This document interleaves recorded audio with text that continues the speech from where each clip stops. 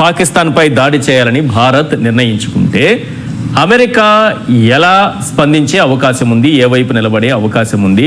Trump మనకు మద్దతుగా నిలుస్తారా? మీకు ఒక ఉదాహరణ చెప్తాను ఈశ్వర్.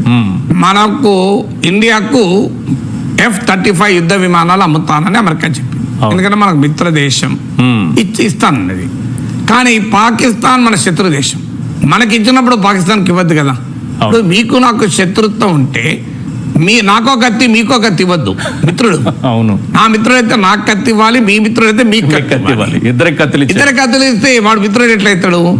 పాకిస్తాన్ ఏం చేసింది? మనకు F-35 ఇస్తానని పాకిస్తాన్, అమెరికా సరే మనకు F-35 ఇస్తా, పాకిస్తాన్కి F-16 ఇచ్చింది. ఇంకొక ఉదాహరణ చెప్తాను. బైడెన్ ప్రభుత్వం ఏమంటే దానికి విరుద్ధంగా ట్రంప్ అంటున్నాడు కదా, రోజు బైడెన్ గవర్నమెంట్ తిరుగుతున్నాడు కదా. సో అలాంటిది పాకిస్తాన్ విషయంలో రెండు ప్రభుత్వాలు ఒకే రకంగా వ్యవహరించాయి. నా హైడ్రేషన్ కోసం I just trust one thing, ఫుల్గా వాటర్ ఉండే కంట్రీ డిలైట్ వల్ల కొలాచి కోకోనట్స్. సో ఇప్పుడే కంట్రీ డిలైట్ యాప్ డౌన్లోడ్ చేసుకొని ఆర్డర్ చేయండి. మీకు Biden government $450 million F-16 package పాకిస్తాన్కి ఇస్తే ట్రంప్ $393 మిలియన్ ప్యాకేజ్ ఈ మధ్య ఇచ్చాడు. ఇదే ట్రంప్ ఏమన్నాడు? పాకిస్తాన్కు మేము వేల కోట్ల డాలర్లు ఇస్తే మాకు పాకిస్తాన్ ఏమిచ్చింది? తీవ్రవాదాలు ఇచ్చింది అన్నాడు. మరి అదే అమెరికా ఎందుకు ఇస్తుంది మరి? అంటే American military industrial complex, Lockheed Martin ఇలాంటి కంపెనీలకు ఆయుధాలు అమ్ముకోవాలి. పాకిస్తాన్ మించిన ఆయుధాలు అమ్ముకునే దేశం ఏముంటుంది? ఎందుకంటే వాడికి మందులు అవసరం లేదు, ల్యాప్టాప్లు అవసరం లేదు, వాడికి ఏది అవసరం లేదు కదా. పాకిస్తాన్ కావాల్సిన ఆయుధాలే కదా. సో అలాంటి loyal customer American military industrial complex ఎవడు దొరుకుతాడు? సో అందువల్ల అంత ఈజీగా అమెరికా పాకిస్తాన్ నెక్సెస్ పోతుందా?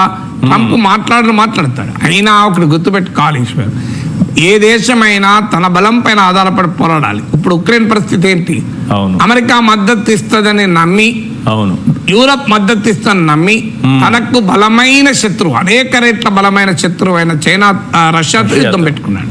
ఇలా పాకిస్తాన్ యుక్రెయిన్ పనేంటి? ఏమైంది? ఉక్రెయిన్ అధ్యక్షుడు బయట పోతే అవమానించి పంపించారు. ఉక్రెయిన్ పరిస్థితి ఏంటి? ఒక్కసారి యుద్ధం గనక రష్యా కాస్త విజృంభిస్తే 2-3 రోజుల్లో ఉక్రెయిన్ పని అయిపోతుంది. వాళ్ళు వెయిట్ చేస్తున్నారు ఎప్పుడు ఏం చేయాలని. ట్రంప్ వెళ్ళి రష్యాకు అనుకూలంగా ఓటేశాడు. What is the guarantee? Trump మనకే మద్దతు ఇస్తాడు. కెంచో ట్రంప్, నమస్తే ట్రంప్, హౌడీ మోడీలు ఉండవప్పుడు. ఇవన్నీ మనం చూసాం. అమెరికాకు ఉక్రెయిన్ మధ్య ఏం జరిగింది? బాగా బైడెన్ ఉక్రెయిన్ లో పర్యటించాడు అమెరికా. సో ట్రంప్ పోయి రష్యాకు అనుకూలంగా ఓటేశాడు, యూరప్కు వ్యతిరేకంగా. ఇక యూరప్ అని ఏమైంది? యూరప్ మొత్తం తన సెక్యూరిటీ మొత్తం అమెరికాకు అవుట్ సోర్స్ చేసింది. ఇలా అమెరికా ఏమంటుంది? నాతో నుంచి వెళ్ళిపోతున్నట్టుంది. డెన్మార్క్ దగ్గర ఉన్న గ్రీన్లాండ్ క్యాప్చర్ చేసుకుంటా అంటుంది అవసరం వస్తే. జపాన్ ఒకినావా దీవిలో అమెరికన్ స్థావరం ఉంది, మిలిటరీ స్థావరం. దానికి కావలసిన కోట్ల డాలర్లు జపాన్ చెల్లిస్తోంది. అయినా ట్రంప్ ఏమంటున్నాడు? మీకు మేము ఫ్రీగా తిండి పెడుతున్నాం అన్నట్టు మాట్లాడుతున్నాడు. సో ఇలాంటి మీకు జపాన్ టయోటా కార్లపై కూడా శాంక్షన్స్ విధించారు. అందువల్ల ఎప్పుడు కూడా ఇంకో దేశాన్ని బలాన్ని చూసుకొని మనం యుద్ధం చేస్తామనుకుంటే చాలా ప్రమాదం. India is capable enough to teach lesson to Pakistan. అందువల్ల మనకు అమెరికా మద్దతు అవసరము. అమెరికా మద్దతును ఫ్యాక్టరింగ్ చేసుకొని నిర్ణయాలు ఎప్పుడు తీసుకోకూడదు.